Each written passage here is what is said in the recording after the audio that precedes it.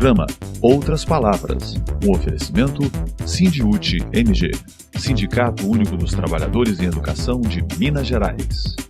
Olá, veja nessa edição a abertura do encontro do Movimento Pedagógico Latino-Americano sobre Educação Pública, Democracia e Resistências, evento realizado em Belo Horizonte. De Brasília, você acompanha as notícias da CNTE. E acompanhe ainda: os profissionais da educação falam sobre desafios e resistências na área educacional. As principais lutas dos trabalhadores e trabalhadoras em defesa de seus direitos. Educação em debate. Cerca de 500 educadores e educadoras filiados ao Sindicato Único dos Trabalhadores em Educação de Minas Gerais, o Sindiúte-MG, das redes estadual e municipais e lideranças docentes do Brasil, Honduras, Argentina, Paraguai, Venezuela e México participaram os dias 7 e 8 de julho em Belo Horizonte do encontro do Movimento Pedagógico Latino-Americano, que colocou em debate o tema Educação Pública, Democracia e Resistências. Outras Palavras fará uma série de reportagens sobre esse encontro. Acompanhe como foi a abertura do evento.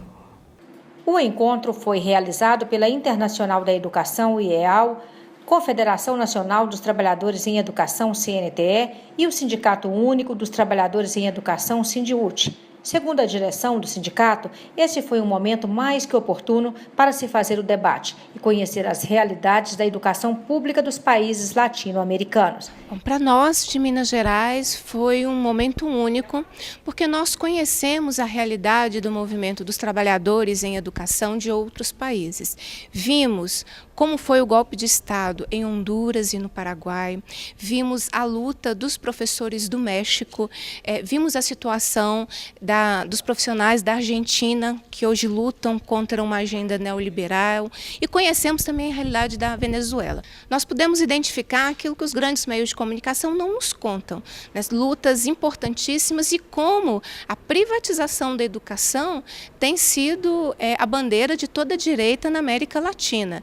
A luta dos professores do México é algo incrível, que nós já nos solidarizamos a estes profissionais, mas nós conhecemos aquilo que não nos contam, de que essa reforma educacional, na verdade, é uma reforma trabalhista, é uma reforma para fazer com que qualquer pessoa seja professor, ou seja, a desprofissionalização da nossa profissão, é o que está acontecendo no México hoje. Para quem está na sala de aula da escola pública, conhecer a realidade de outros países nos empodera, porque nós identificamos que muito do que nós sofremos no Brasil, outros sofrem em outros países, mas também nós temos a capacidade de identificar a condição de nos unirmos e a nossa unidade internacional para a resistência ao que tem sido essa onda de ataques à escola pública. No caso do Brasil, nós estamos travando uma luta muito importante, que é contra o golpe, e esse golpe se materializa em tudo que o Michel Temer tem feito nesse momento. A proposta de limite de gastos para educação nos próximos 20 anos, a ideia de uma reforma da Previdência que retire direitos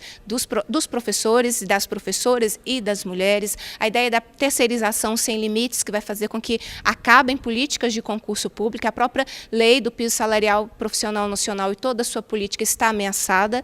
Para 2017, se esse governo golpista prevalecer, nós teremos cortes drásticos em educação. Então, questões como a escola de tempo integral, como o programa de livro didático, transporte escolar, alimentação escolar, a própria política nacional do piso, ou seja, aquilo que é básico e essencial à escola pública, tudo isso estará comprometido se este golpe se concretizar e se a ponte para o futuro for se concretizando aí nas políticas, na legislação. O presidente da CNTE, Roberto Franklin Leão, falou de várias ofensivas neoliberais que o Brasil enfrenta e do desmonte das políticas sociais. Eu acho que nesse momento que o país está vivendo, marca muito, diz tudo da luta de quem está defendendo a democracia, não é? De quem quer, na verdade, a volta ao Estado de Direito nesse país, não é? E, por consequência, sabedores que somos de que uma educação pública de qualidade, socialmente referenciada, construída com base na solidariedade, só é possível num Estado democrático onde seja possível a participação das pessoas na construção de um projeto autônomo de educação, num projeto libertador, num projeto que tenha por objetivo transformar as pessoas, contribuir para que as pessoas transformem o mundo da maneira que elas acham melhor. O presidente da CNTE fez críticas às políticas implementadas pelo MEC, Ministério da Educação. O Ministério da Educação está entregue a uma política que sabidamente não é uma boa política para a educação, como já foi testada, essa política já foi testada em outros estados, e por isso esse encontro ele é muito significativo. Daqui eu tenho certeza que vamos ter mais energia, vamos ter melhores condições de enfrentarmos esse debate que tem que ser feito. Escola pública de qualidade só combina com democracia, com construção solidária, com construção coletiva, com representação do conjunto das pessoas discutindo e debatendo as propostas a serem implementadas. Ele convidou a todos para uma profunda reflexão na construção de uma educação libertadora.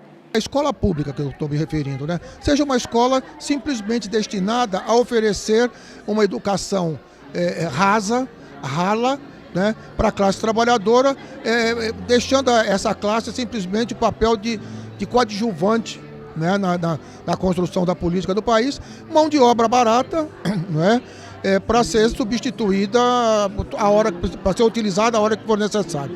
Então, nesse momento, esse governo, que é um governo neoliberal, entreguista, um governo que não tem a sensibilidade necessária para uma educação que, como dizia Paulo Freire, é uma educação libertadora. Esse governo está transformando Paulo Freire em vilão da educação. Paulo Freire, que é o patrono da educação brasileira, que é um educador reconhecido no mundo inteiro, está sendo acusado por esse governo de ser alguém que propõe um modelo de ensino que é fraco, um modelo de ensino doutrinário e que não leva a lugar nenhum.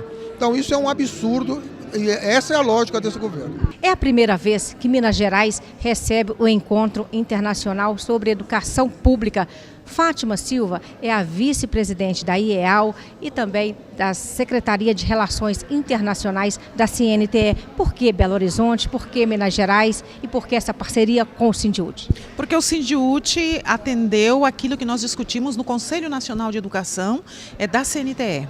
Nós propomos que em todo o Brasil a gente faça os encontros latino-americanos pedagógicos, para discutir a pedagogia latino-americana, para discutir Paulo Freire e os vários referentes da educação pública que nós temos no continente.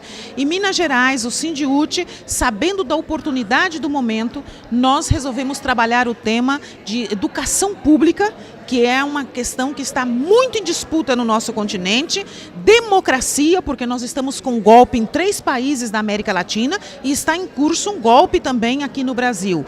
E também resistências. Que resistência é essa? Como é que nós, enquanto trabalhadores em educação, enquanto trabalhadores da América Latina, vamos resistir? Tendo uma pedagogia paulo-freiriana, tendo uma pedagogia libertadora, quando nós estamos vendo um processo de retrocesso e de negação de uma pedagogia libertadora em todo o continente, e avançando o processo de privatização. Então é no Sindiúti, porque o Sindiúti sai na frente nessa discussão, mas é uma discussão que a CNTE Internacional da Educação quer fazer com todos os sindicatos afiliados à CNTE do país. E este aqui está servindo também do laboratório, diga-se de alto nível, pela participação da base do Sindiúti, mas também pelos expositores que aqui estão.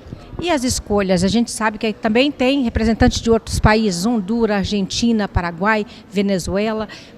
Essa interação, Fátima, para a educação, para se entender como a educação pública é tratada nesses vários países, é importante? Muito importante. Por exemplo, Honduras foi o primeiro país que teve um golpe nesse século agora, né? E ele vai mostrar como é que está sendo a resistência. E mais, lamentavelmente, todo o governo golpista vem acabando com as políticas públicas e com as organizações dos trabalhadores, quer seja da educação, mas os demais trabalhadores. Então a gente vai ter oportunidade de saber como aquele povo resistiu e também a importância que o governo brasileiro, que na época era o presidente Lula, teve lá no sentido de apoiar a democracia e também apoiar o movimento de resistência.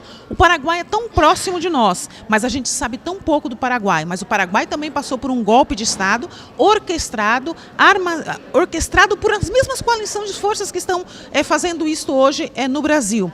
Daí nós vamos ter a Argentina, que a Argentina é um processo um pouco diferente, porque foi por uma eleição que se ganhou apertado, mas a diferença é que todo o bloco da esquerda aceitou os resultados das eleições. E aqui não aconteceu isso no Brasil, não aceitaram os resultados das eleições. Também vai mostrar o processo que está tendo na Argentina de total desmonte das políticas públicas, em especial ao setor da educação.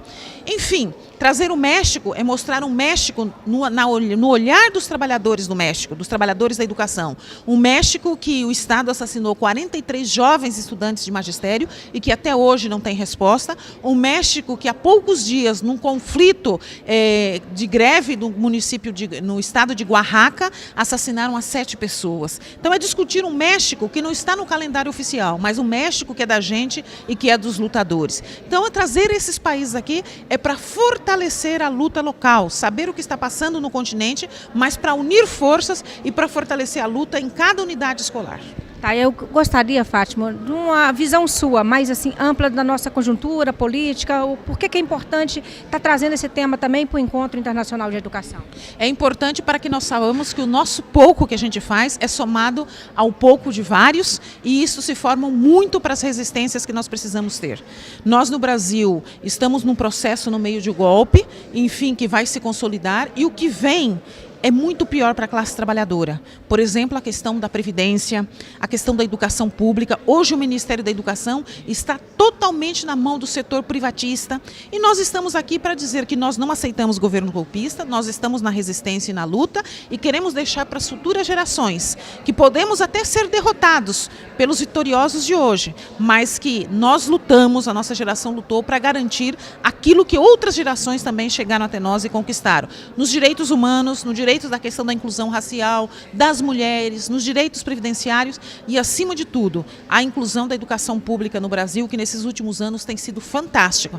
Hoje, nas nossas universidades, tem negros, tem indígenas, por uma política afirmativa do governo do presidente Lula e da presidente Dilma. É este Brasil que nós queremos, um Brasil de inclusão e não um Brasil de golpes, um Brasil sorrateiro da política e não um Brasil que está colocado hoje dividido entre aqueles que aceitam um Estado como o bem-estar social e aqueles que querem só as benesses para si. Veja agora a avaliação dos profissionais da educação sobre o encontro latino-americano. Profissão educador. Meu nome é Maria Beatriz Fontoura, sou da subsede de Capinópolis e estou aqui representando a classe dos professores. Gostei muito do encontro que nós tivemos aqui agora, é de muita importância esse encontro que nós fizemos, porque a gente pode ver que os problemas educacionais que nós temos no nosso país, nada mais diferente de outros países nossos vizinhos. E se a gente quiser realmente mudar a realidade educacional do nosso Brasil e dos nossos países vizinhos, né, co-irmãos, nós temos condições para isso, porque nós temos luta para isso, nós temos convencimento disso e nós vamos à luta sempre, sempre à luta. E nós vamos conquistar sempre, porque nós não vamos desistir.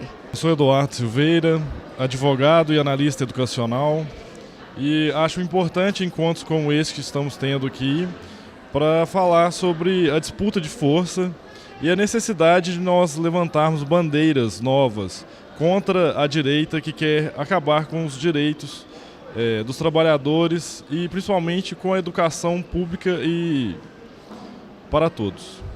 Lecioni Pereira Pinto, diretora estadual do Sindiúte, subsede de Capinópolis. Esse encontro está sendo muito importante porque a gente está tendo a oportunidade de ver os vários olhares sobre o movimento da educação na América Latina. Os debates apresentados têm contribuído para a gente poder avaliar o momento político que o Brasil está vivendo, né, com o golpe que nós estamos vivendo, o golpe de 2016. E eu acredito que, mais do que isso, tem contribuído para a gente poder aumentar a nossa esperança, aumentar a nossa organização e acreditar que coletivamente é possível a gente mudar a situação que está colocada. Então, parabéns aos organizadores, eu estou muito feliz de estar participando desse encontro. Sou Júlia Maria dos Santos Serra, da cidade de Leopoldina. Esse encontro está sendo maravilhoso, porque sempre acrescenta muito ao nosso conhecimento, a enriquecer a nossa cultura, está politicamente correto perante os nossos ideais políticos, né? Então está sendo muito importante, muito oportuno tudo que está se passando aqui hoje. Agradeço ao Sindiúti pela oportunidade de aqui estarmos tendo essa capacitação, vamos dizer assim, né, desses grandes personagens que vieram falar aqui hoje.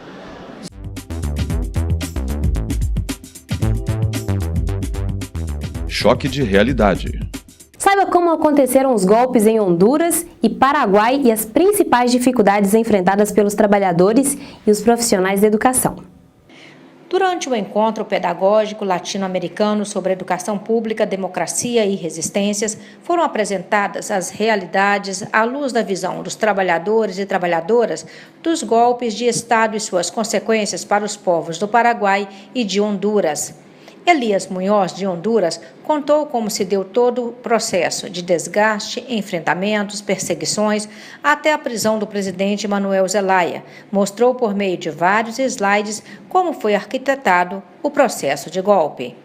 O que Honduras viveu após o golpe de Estado? ¿Qué viene después de un golpe de Estado?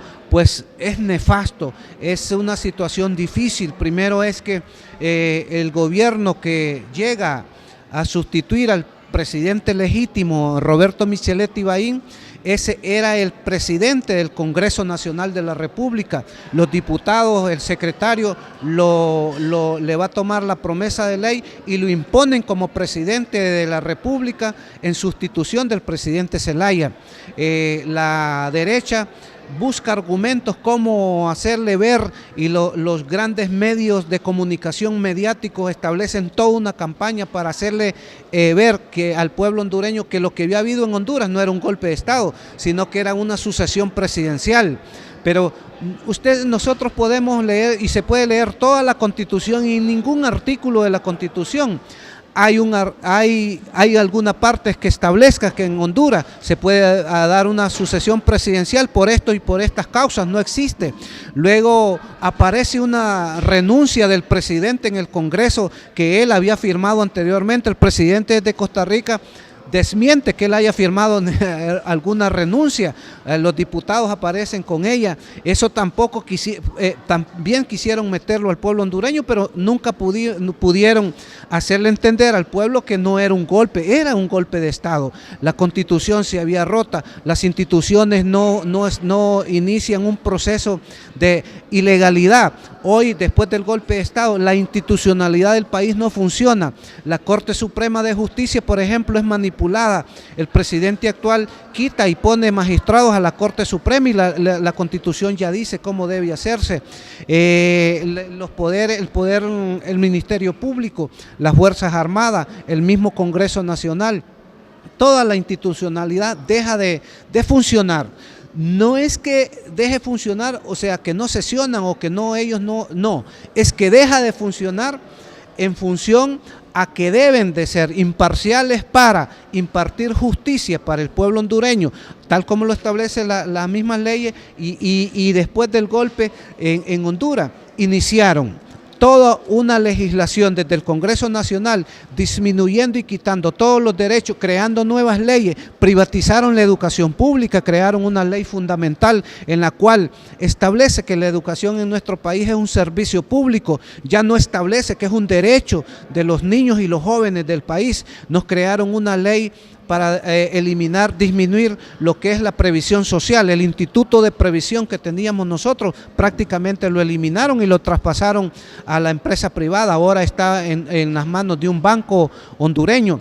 Luego, después del golpe, se van creando condiciones ¿para qué? Para que el pueblo y todo lo que son conquistas que nosotros hemos tenido como trabajadores se vayan eliminando totalmente, porque ellos ven como una amenaza que los trabajadores o el pueblo pueblo avance con sus conquistas y eso va en detrimento de los intereses de la clase poderosa. Decirle al pueblo de Brasil, no hay más hecho más nefasto en la vida de un país que un golpe de Estado, porque ahí se rompe totalmente lo que es la democracia y se instaura un gobierno despótico, un gobierno de corte nefasto, en el cual lo que prevalece son los caprichos, son los intereses de ese nuevo gobierno y no prevalece lo que establece una ley, lo que establecen los derechos de un país.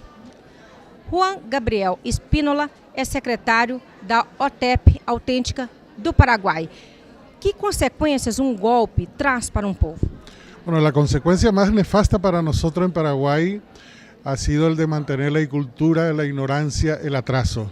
Los programas de gobierno fueron interrumpidos y de nuevo el gobierno conservador que tiene continuidad después del golpe mantiene e intenta ampliar con políticas inclusive represivas. Momento CUT Minas. Continua a luta em defesa dos direitos da classe trabalhadora. Qual a diferença entre imposto sindical e a contribuição confederativa? A diferença é que um é imposto, a outra é contribuição. Imposto é imposto, é observado sob a forma da lei. É retirado da conta do trabalhador, associado ou não associado, sem que ele possa se manifestar se ele é contra ou a favor em relação a isso. Não há participação dos trabalhadores nesse processo.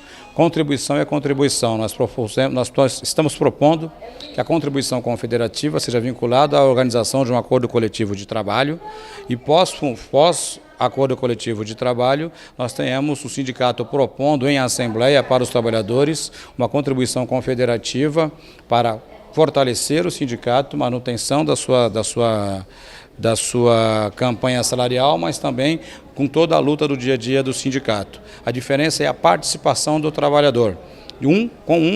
Na questão da nossa contribuição, você tem um trabalhador participando, no outro é imposto ao trabalhador. Quando se impõe ao trabalhador, o sindicato não precisa convencer o trabalhador a participar das lutas do sindicato. Uma contribuição vai fazer com que o sindicato tenha que, além de organizar o sindicato, além de organizar os trabalhadores e a luta, convencer o trabalhador que ele tem que ter um desconto a mais para financiar o sindicato. Isso só acontece se o sindicato for sério, digno, decente, ter credibilidade por parte dos trabalhadores. É uma forma, inclusive, os trabalhadores têm de controlar o sindicato e forçar os sindicatos, os dirigentes sindicais, a efetivamente trabalhar em prol da categoria dos trabalhadores. Essa é a grande diferença. A CUT não tem nenhum medo de colocar à prova a sua organização sindical, a sua proposta de organização sindical com os trabalhadores. Se o sindicato tiver presença de base, presença na massa, for importante para os trabalhadores o sustentarão. Caso contrário, eles não o sustentarão e vão colocar um outro sindicato no seu lugar. Mulheres em Marcha. A luta das mulheres contra a cultura do estupro e todo tipo de violência. Na minha opinião, já passou da hora da sociedade brasileira dizer um basta à violência contra a mulher. É inaceitável que uma democracia como é o Brasil, como nós temos lutado para construir no Brasil, tenha índices tão alarmantes de violência contra a mulher. Nós caminhamos lutando para a superação disso. Mas agora, nesse momento do governo golpista, o que nós assistimos foi uma das primeiras iniciativas, que foi a extinção do Ministério das Mulheres, da Igualdade Racial, da Juventude e dos Direitos Humanos. E a distribuição dessas áreas em secretarias dentro de um outro ministério, que é o Ministério da Justiça e Cidadania. A questão da violência contra a mulher é uma questão da luta pelo direito de ser quem se é, pela luta e pela liberdade de todas nós mulheres, que temos o direito de ir e vir, que temos o direito sobre o nosso corpo, que temos direitos reprodutivos, e essa é uma conquista que nós, mulheres, conquistamos, avançamos e desenvolvemos na sociedade brasileira e que ninguém pode tirar, nenhum golpe deve tirar, e nós temos que resistir sempre e denunciar a violência. De Brasília, você acompanha as notícias da CNTE. Momento CNTE. A abertura do 10º Encontro Nacional de Aposentados foi marcada pela animação do Coral Magister, formado por aposentados do Sindicato dos Trabalhadores em Educação no Rio Grande do Norte, o SINT-RE.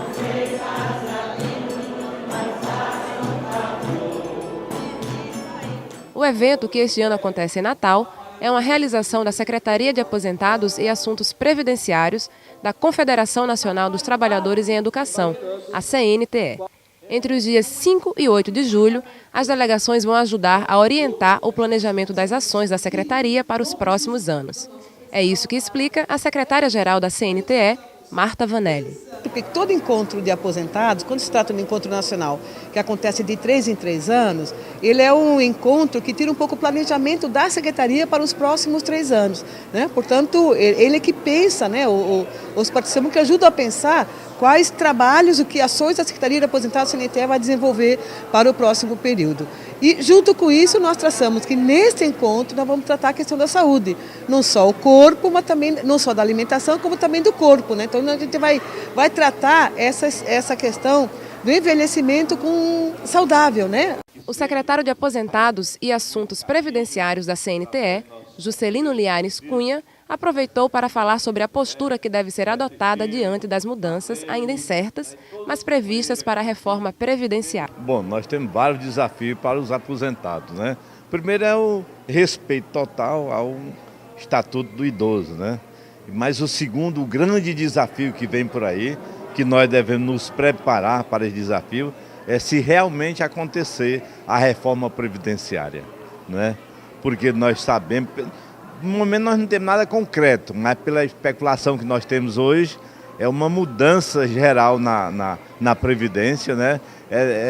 Tomar os direitos adquiridos dos aposentados, bulir na idade, ninguém sabe ainda como é que vai ser isso. Quer dizer, é o grande desafio que os aposentados, a CNTE, todas as entidades afiliadas hoje estão com esse desafio. O aposentado tem que soltar a cadeira, soltar a cama e vir para as ruas, se por isso acontecer. Reforma na Previdência para trazer prejuízo para o aposentado, nós não vamos aceitar por hipótese alguma. Ao contrário, nós temos que crescer e valorizar o direito que é adquirido com o aposentado. Bulir, tirar direito, jamais. O secretário adjunto de Relações Internacionais da CUT, Ariovaldo de Camargo, abriu a série de debates com um apanhado dos desafios que os trabalhadores enfrentam hoje no mundo diante da retomada de forças conservadoras em vários espaços no planeta. Na verdade, vamos estar fazendo um apanhado de quais são os desafios que hoje os trabalhadores enfrentam no mundo diante de uma retomada das forças conservadoras em vários espaços no planeta, onde até pouco tempo atrás forças progressistas conseguiram fazer uma interrupção do projeto neoliberal da década de 90, do Consenso de Washington e outras diretrizes multinacionais. É uma conjuntura bastante adversa para os trabalhadores. Estamos vivenciando na prática, no Brasil, por exemplo, um golpe que se tenta consolidar com o afastamento definitivo da presidenta Dilma contra todas as questões democráticas e a ordem do direito, que é da questão de preservar as questões institucionais. Não há crime praticado pela presidenta Dilma, no entanto, através do parlamento, através do judiciário, vão conseguir, me parece, impor em agosto um golpe à democracia no Brasil com o afastamento definitivo da presidenta Dilma. Como é um encontro de aposentados, tratar de dialogar com essa categoria que, embora estejam aposentados, continuam muito ativos na luta, formulando propostas para os seus sindicatos, participando dos eventos, das atividades chamada pela nossa Confederação Nacional de Trabalhadores em Educação. Então, chamar um pouco da atenção para esse momento que nós estamos vivendo, para que eles possam, cada dia mais, aposentados sim, mas inativos jamais, continuarem contribuindo com a nossa confederação, com a nossa Central Única dos Trabalhadores, na construção de uma sociedade melhor.